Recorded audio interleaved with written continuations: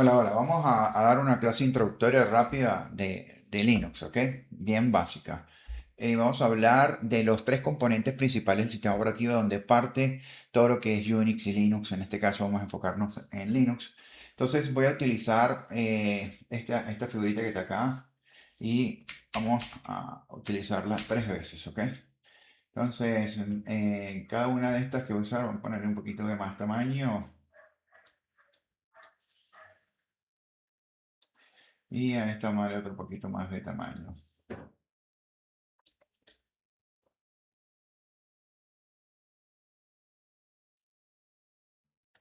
Ahí está. Entonces a esta le vamos a colocar este color y la vamos a mandar para atrás. A esta le vamos a dar este color y la vamos a mandar para eh, poner un costado, mejor dicho. Vamos a poner esto por un costado. Vamos a poner esto aquí. Y esta vamos a ponerla, vamos a dejarla blanca. Y esta la vamos a poner aquí así. Y esta le vamos a decir que se venga al frente. Bring from, bring forward, bring forward. Aquí. Y esta debería estar aquí atrás. Ok, listo. Esto es porque lo estoy armando ahorita en tiempo real, si no lo pudiera haber armado anteriormente. Estas son las tres capas fundamentales que tenemos que conocer. Entendiendo que de adentro hacia afuera, el núcleo más pequeño lo vamos a llamar kernel, ¿ok? Entonces, en ese punto, y tres, lo vamos a llamar kernel, ¿ok? Y el kernel prácticamente es el responsable de manejar todo lo que tenga que ver con hardware, todo lo que es el llamado de los dispositivos, estos componentes del equipo, pues él se va a encargar de reconocerlo, verificar los nombres, rutas de acceso y todo ese tipo de cosas. Eso es manejado en la primera capa a nivel de hardware, ¿ok? La siguiente capa prácticamente se llama shell, ¿sí? Que es la azulita que tenemos acá arriba. La vamos a llamar shell. Y la siguiente podemos llamarla aplicación. ¿Eh? Y voy a poner aquí aplicación. Ponerle app. ¿Ok? Son tres capas. Nosotros interactuamos prácticamente en estas dos. ¿Eh? Y el kernel también interactuamos, pero siempre y cuando tengamos más conocimientos, más habilidades. El kernel se encarga de reconocer todos los dispositivos plug and play, asignarle nombres, rutas de acceso y qué es lo que él hace. Prácticamente él maneja los dispositivos, el hierro como tal, el hardware, ¿no? Entonces, cuando él hace referencia, él simplemente, ¿qué es lo que va a hacer? Él va a decir, mira, ¿sabes qué? Mi función como kernel es manejar la memoria, eh, discos, ¿sí?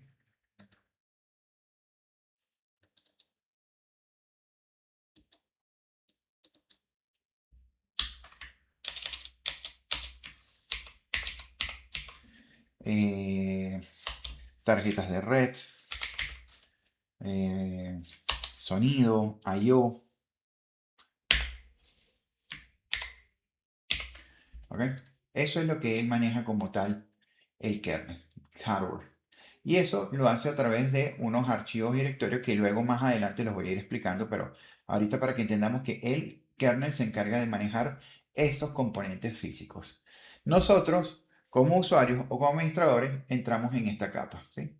Y en esta capa prácticamente lo que hacemos es que, bueno, ¿y qué podemos hacer nosotros en esta capa? En esta capa nosotros tenemos la interacción con el sistema operativo y el hardware, es decir, el teclado, la pantalla, el almacenamiento, el manejo de memoria, la forma de controlar el acceso a ciertos dispositivos, ¿ok? Entonces aquí en el shell es la interfaz entre el usuario y el kernel, ¿ok? Y en este shell prácticamente vamos a tener, hay diferentes shells. Yo solo voy a colocar tres shells solo para mantener un histórico. Y en ese shell vamos a tener, por ejemplo, históricamente teníamos uno que se llamaba, tenemos uno que se llama SH y se conoce como Bourne. No lo vamos a usar, pero para que lo tengan ahí Bourne Shell. El Bourne Shell históricamente es uno de los primeros y es el que está presente en los Unix bien nativos, ¿no? Yo les decía a ustedes que algunos Linux como Slackware, como Debian, manejan esas condiciones. Ubuntu Server también le da soporte a eso. Luego, cronológicamente apareció otro que se llamaba KSH. Y ese KSH se llamaba Kernel Shell. ¿Sí? ¿Y cuál es la diferencia de Kernel Shell a Bourne Shell? Bueno, como todo proceso evolutivo, Kernel Shell es una mejora de Bourne Shell y permitía incorporar alias, es decir, personalización de comandos, permitía recuperar comandos en la línea de comando, me permitía modificar cualquier error en la línea de comando, entonces eso lo hacía mucho más efectivo, pero seguía siendo un shell muy manual. Todo había que decírselo primero. Yo quiero que te comportes de tal forma, yo quiero que actúes de tal forma para que él entendiera cómo tenía que comportarse. Entonces, si a mí se me olvidaba decirle, mira, quiero que te comportes de forma inteligente, él sencillamente no lo hacía y su comportamiento por defecto era como el anterior Burn Shell. Entonces, era bueno, pero dependía o recaía sobre nosotros el hecho de que teníamos que decirle, mira, compórtate de forma inteligente porque yo necesito que seamos óptimos, ¿ok? Entonces, para eso salió otro shell que es el actual, que es Bash. Y por supuesto se llama Bash Shell. ¿Eh? Entonces, actualmente en los Linux vamos a conseguirnos con Bash. ¿Cuál es la ventaja del Bash? Que el Bash es eh, intuitivo, es amigable, es inteligente y permite una mejor interacción amigable con el usuario. Y es el shell que usamos por defecto.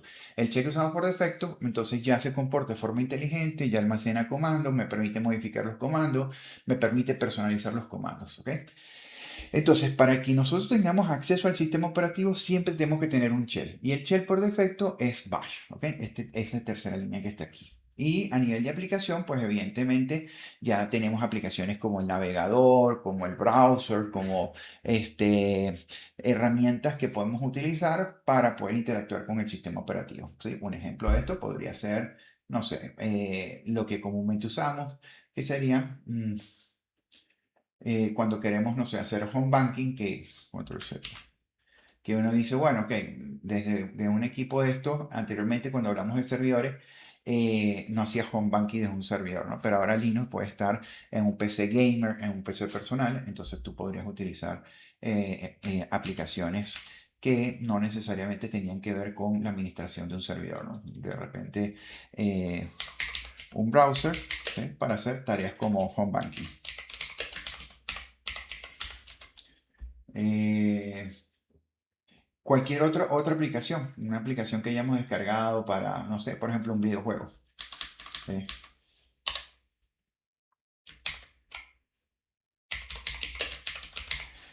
Además de ese videojuego, no sé, cualquier otra aplicación. Entonces, estas son las tres capas que hay que entender. El kernel es autoconfigurable. Otra de las características que se le atribuye al kernel como tal es que él es autoconfigurable.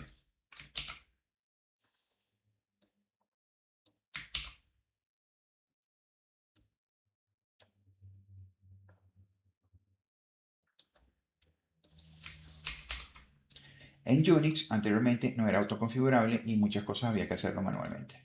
Entonces, autoconfigurable. ¿Qué significa? Que es capaz de detectar el hardware, verificar qué tipo de hardware es, asignarle una ruta absoluta y poder acceder a esos dispositivos. Cuando nosotros hablamos de autoconfigurable, una de las funciones del kernel es poder hacer como un DNS, ¿no? ¿Qué hace el DNS? Es una resolución de nombres. Y prácticamente aquí también, solo que el DNS se enfoca en resolver direcciones IP, asociarlas a un nombre o un nombre asociado a una dirección IP. Acá es una función del DNS, pero prácticamente lo que hace es resolver nombres largos, complejos, a nombres cortos, ¿ok? Que son los que utilizamos. En ese concepto nos conseguimos características como algo que se llaman nombres físicos y algo que se llaman nombres lógicos. ¿Ok? Entonces, en este punto de los nombres físicos y los nombres lógicos, es donde él hace la resolución. Cuando hablamos de estos nombres físicos, entendamos que en los nombres físicos estamos hablando de que son nombres largos. Por ejemplo, la carpeta devices es responsable device y en device está, no sé, por decir algo, eh, eh, IO por decir algo, por poner un nombre. Y dentro de ese viene otro nombre, y dentro de ese otro nombre viene otro nombre, y dentro de ese nombre viene otro nombre, y dentro de ese otro nombre viene otro nombre, y por último puede que llegue a el nombre final del dispositivo. ¿Sí? Pero termina siendo una ruta muy, muy, muy larga, extensa, compleja de recordar.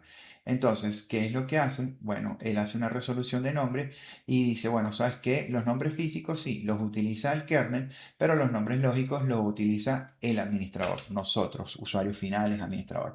¿Y qué hacemos? Pues todo ese nombre lógico, por ejemplo, nosotros lo podemos resumir a, por mencionar un disco, usamos la carpeta def y utilizamos, por ejemplo, sdk, este, barra def, c0, barra def, eh, por ejemplo, en Solari era barra def barra sdk, que significaba SCSI y le poníamos C, que era el controlador, 0, la T, que es el target, un numerito que se le asigna al dispositivo para ser reconocido en la cadena SCSI, por decir algo, target 0, D, porque un target podía tener varios dispositivos, entonces la D era el device, entonces decía, en un target puedes tener varios dispositivos y cómo identifico cada dispositivo en un mismo target con un número.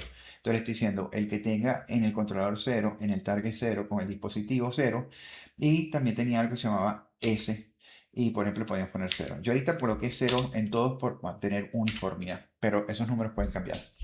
Entonces, controlador 0, es decir, podemos tener varias controladoras SCSI. En cada controladora podemos tener varios targets que representa a varios dispositivos y un target puede estar asociado a múltiples dispositivos. Entonces, en el target 0 va a buscar el dispositivo 0 y la S es de slide, la partición 0. ¿Ok? Entonces, en vez de aprendernos todo este nombre completo, prácticamente lo que hace es que agarra y dice, mira, lo vamos a resolver a este nombre más cortito. ¿Ok? Entonces, esa es otra de las funciones que tiene el kernel, el poder ayudarnos a poder manejar de una forma mucho más sencilla los nombres de los dispositivos para poder administrarlos de forma idónea. ¿Ok? Entonces, esas son algunas de las cosas con respecto al kernel. El shell, ya les he explicado a ustedes que es la forma en cómo se interactúa con el sistema operativo. Es decir, aquí es a donde entra el usuario y, por ejemplo, cuando ustedes corren alguna instrucción como, no sé, ls, que es para listar, que yo en el ejemplo he usado exa, también es para listar cuando utilizan el comando cat para visualizar, cuando utilizan el comando cp para copiar, cuando utilizan rm para eliminar, cuando utilizan cd para cambiarse de directorio. Entonces, cualquiera de estas instrucciones prácticamente necesitan tener para poder ser entendidas, interpretadas correctamente, para poder ser interpretadas, tienen que ser interpretadas a través de un shell. Entonces, cuando estas instrucciones se ejecutan, lo primero que hacen es verificar, hey, ¿tengo un shell? Sí, si tengo un shell, entonces el shell tiene la responsabilidad de traducir e interpretar qué significa esa instrucción para el sistema operativo y obtener un resultado. ¿Ok? Entonces, en este punto tenemos lo que serían tres componentes principales y el punto de partida: kernel, shell y file system. ¿Ok? Y el file system también, que aquí cuando hablamos de aplicaciones hablamos de la gestión de cómo se accede a los recursos. Y recuerden que los recursos se acceden también a través de algo llamado file system, que también lo hablamos en la primera clase, ¿no? Eh, File System. Y los File System que son lo que por ejemplo en Windows ustedes llaman NTFS, ¿no? Esto sería para Windows. Pero si hablamos por ejemplo de Linux, entonces los File Systems son conocidos como ext2, ext3, XFS, JFS, y bueno, para de contar swap FS y todo esto, ¿no? Recordemos que entonces el file system es la forma en cómo el sistema operativo va a manipular, administrar y controlar el acceso a los datos que están almacenados en disco y que tienen formato. Entonces, el file system es el formato, la forma en cómo se va a controlar, administrar los recursos. ¿Bien? Y esto también entra entonces en esta capa aquí de esto de aplicaciones file system. ¿Ok? Y a partir de ahí, de lo que son los file systems, podríamos poner, vamos a poner aquí rapidito para que no se nos extienda el video. Cuando hablamos de los file systems, hablamos de que, por ejemplo, vamos a quitar esto, vamos a agarrar aquí un rectángulo y este rectángulo, ¿ok? Entonces, fíjense, un file system, imagínense que este rectángulo que está aquí, o este señor que está acá, es un disco completo, ¿ok? Esto que está aquí es un disco. Y ese disco, yo le voy a generar una segmentación, yo le voy a generar un particionamiento, ¿ok? Entonces, esta rayita que yo estoy poniendo acá, la voy a poner aquí, y va a significar que yo estoy dividiendo el disco en diferentes pedacitos, ¿ves? Esto de explicarlo y hacer el dibujo toma tiempo. Vamos a quitarlo y vamos a hacerlo una vez bien. Vamos a agarrar aquí este que está aquí y le vamos a decir que sea así, doble, y vamos a ponerlo acá así. Y voy a agarrar acá y le voy a decir,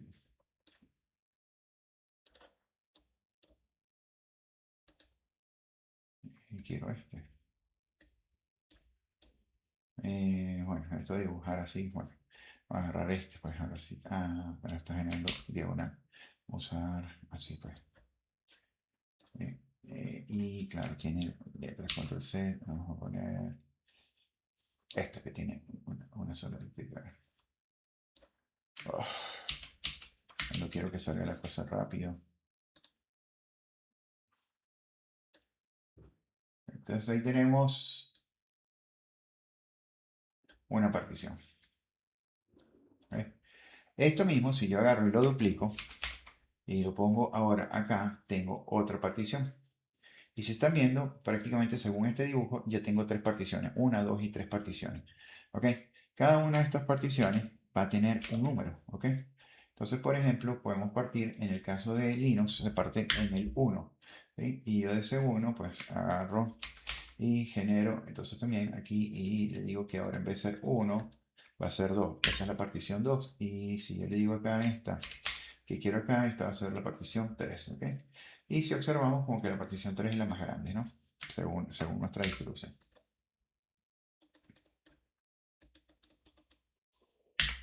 Entonces, ok,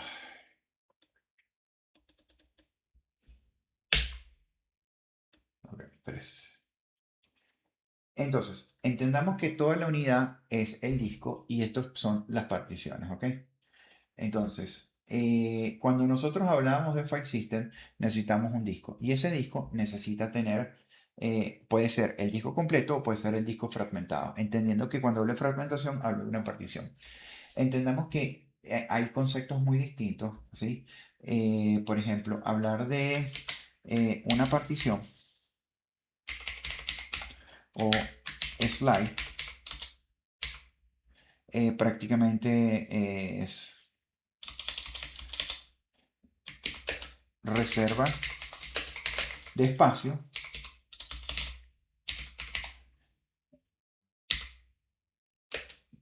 pero sin formato.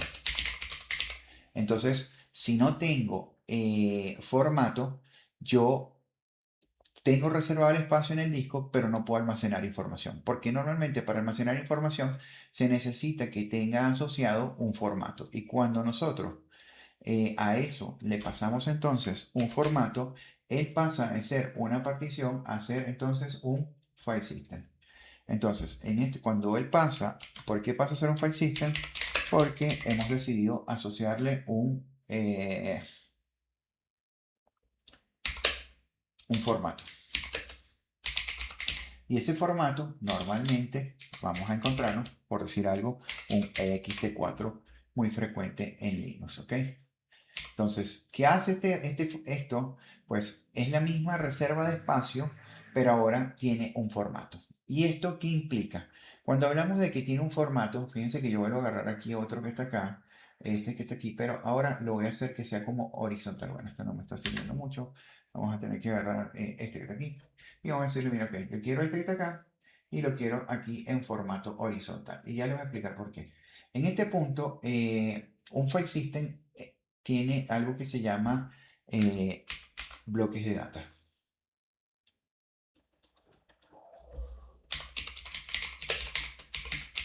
¿Ok? Y los bloques de data son espacios que se utilizan para poder organizar todo el tamaño de la partición. Entonces, un bloque de datos, ahorita voy a colocarlo con un tamaño de 4K, ¿ok? Aquí le voy a decir, el tamaño de él es de 4K, 4096 bytes. Y para poner el ejemplo cortito, sin que se nos complique la cosa, yo voy a generar entonces 4 particiones. Voy a usar ahorita, para no estar dándole forma a la cosa, voy a usarlas en diagonal, pero pueden ser vertical, ¿ok? Entonces yo aquí voy a tratar de que, no importa si no están 100% uniformes los tamaños, pero entendamos que esas son las fragmentaciones que quiero buscar. Entonces, ahí tengo, ese bloque de datos está fragmentado en 4 pedazos, ¿ok? Lo que significa que la unidad de almacenamiento más pequeña para un bloque de data es de 1K. Es decir, cada una de estas fragmentaciones es de 1K. Y esto es lo que ayuda al sistema operativo a saber cómo organizarse y qué espacio reservar cuando se crean archivos o directorios. Entonces, la unidad más pequeña de almacenamiento es 1K. ¿Sí? ¿Y cuántos K puede tener un bloque de data? Eso va a depender del tamaño del bloque de data. Por ahora, el tamaño más o menos estándar es de 4K. Entonces, significa que esto que está aquí, yo lo tengo 4 veces para poder llegar al concepto de que un bloque de data es de 4K. ¿Ok? No lo tienen que aprender, esto solamente es para explicarles cómo funciona la cosa y para que entiendan la diferencia entre una partición cruda. Fíjense que la partición cruda no tiene este concepto y un file system es la forma en cómo se administra y ordenan los datos. Entonces, al tener un XT4, él tiene varios bloques de data, no tiene un solo bloque de data, tiene muchísimos bloques de data, porque si la partición es de 100 gigas, imagínense que 100 gigas entre 4K, ¿cuántos bloques de data va a dar? Y esos 4 bloques de data que tienen 4 fragmentos, ¿ok?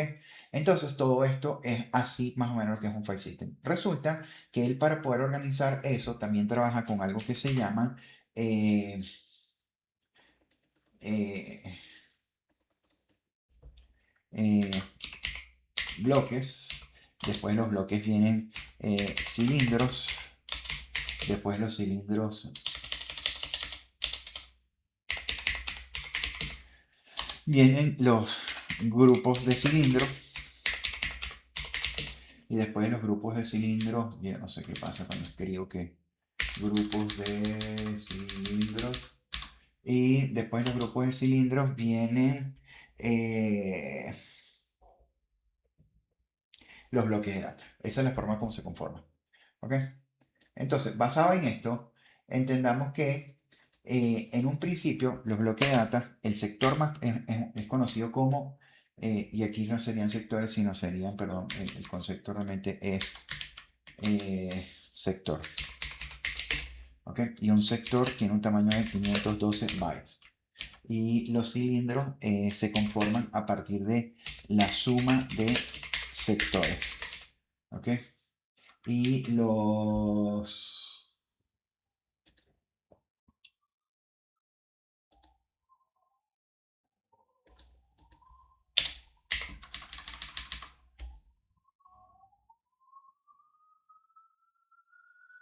¿Ok? Aquí, cilindros, suma de sectores. Y los grupos de cilindros se conforman con la suma de cilindros. ¿Ok? Entonces, tenemos un sector 512 bytes, es decir, que para llegar a un K utilizo 2 sectores.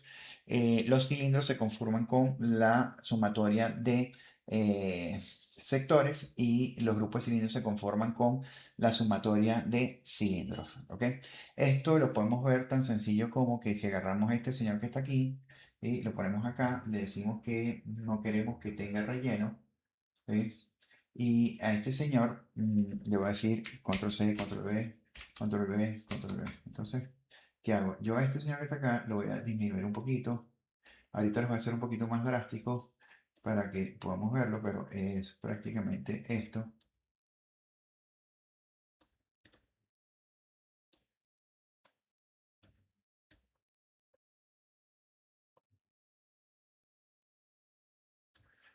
¿sí?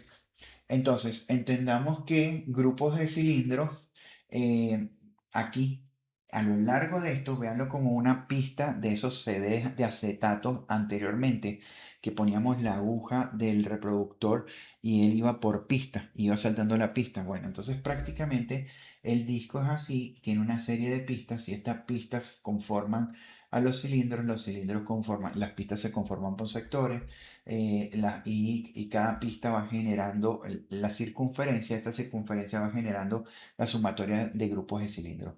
¿Qué quiere decir? Que normalmente cuando se almacena información, la información se almacena de afuera hacia adentro, ¿sí? Cuando nosotros decimos que la información está almacenada en un disco, entonces ese disco se consume de afuera hacia dentro, ¿ok? Entonces, ¿qué pasa? En la medida que el anillo exterior es más grande, tengo mayor cantidad de sectores para almacenar información, lo que significa que el cabezal se mueve menos, sufre menos y es más rápido. En la medida en que nosotros nos vamos acercando hacia el centro del disco, los cilindros son cada vez más pequeños y por lo tanto van a poder tener menor capacidad de referenciar data, lo que significa que para de repente referenciar un archivo de 10 megas en el cilindro externo, solo es un pedacito del cilindro externo, pero en la medida que el disco se va consumiendo, nosotros nos vamos acercando hacia el medio. Y el medio, cada vez los cilindros son más chiquitos. Entonces, para poder referenciar esos mismos 10 megas, voy a tener que utilizar mayor cantidad de cilindros y el cabezal va a tener que estar saltando más. Y eso lo hace más deficiente. Ahora, esto es una forma de explicarlo.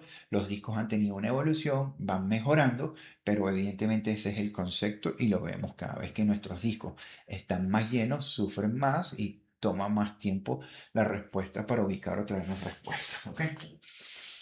Entonces, a grosso modo, ¿qué es una partición? Una partición es una reserva de espacio, un punto de partida y un punto final, pero que no tiene formato. Normalmente no se almacena información. Cuando almacenamos información, necesitamos que tenga formato y eso es lo que es un file system. ¿Y qué es un file system? Es una estructura de bloque de datos que está conformado por una serie de reglas como las que acabo de mencionar de forma muy rápida para no aburrirlos. ¿Ok? El área de swap, por ejemplo, una partición cruda como esta que está aquí, esto que también se conoce como raw device, ¿sí? Las particiones también se conocen como el concepto de raw device.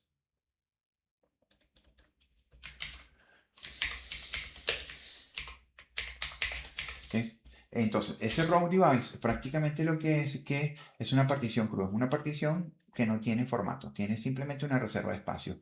Y estos raw device normalmente también se asocian a un concepto llamado swap space, al área de swap, ¿no? Entonces aquí los raw device se utilizan para el swap space. ¿Qué? Y el swap space, ¿qué es? Es una memoria auxiliar, una memoria que utiliza el sistema operativo para poder ayudar a aliviar la carga con respecto a la memoria RAM. Recuerden que esto todo lo estoy diciendo de forma muy rápida, pero hay muchísimo material para sacar de todo esto. Entonces, ¿qué quiero decir con esto? Que una partición cruda puede ser también conocida como una partición o un raw device y que ¿quién la utiliza? Los swap space. Y el swap space, recuerden que es como una memoria auxiliar, una memoria que permite aliviar la carga cuando tenemos un exceso de consumo en memoria física. Entonces él va descargando bloques de procesos de la memoria física a ese espacio en disco reservado para aliviar la carga y poder manejar conceptos como swapping y paging. ¿Ok? Entonces, bueno, este es el primer concepto bien básico con respecto a lo más básico de Linux, entenderlo. Tres capas, kernel, shell y file system. El kernel se encarga del hardware. El shell es la interfaz entre el usuario, nosotros y el sistema operativo. Y el file system prácticamente es la capa aplicación donde podemos tener acceso a los datos, que puede ser a través de un browser, a través de una aplicación, a través de un file system y esas características. Los shell Bourne Shell, Kern Shell y C Shell, perdón, Bash Shell. Y el shell por defecto es Bash Shell. ¿Qué hace el Bash Shell? Interpreta, es decir, todo lo que nosotros escribimos a través de la línea de comando, él es el responsable de interpretarlos y decirnos, sí, conozco el comando y te doy el resultado. O te digo, no, el comando está mal escrito, aprende a escribir. O te digo, el comando no existe, tienes que instalarlo. Eso es lo que hace el shell como tal. ¿Ok? Bueno, espero que les haya gustado y me dicen qué tal, si vale la pena esto y les creo otro videito para que se vayan familiarizando con conceptos básicos de Linux. Nos vemos. Recuerden avisarme por el chat del grupo. Hey, sí, me gustó, está bueno, funciona, me sirve.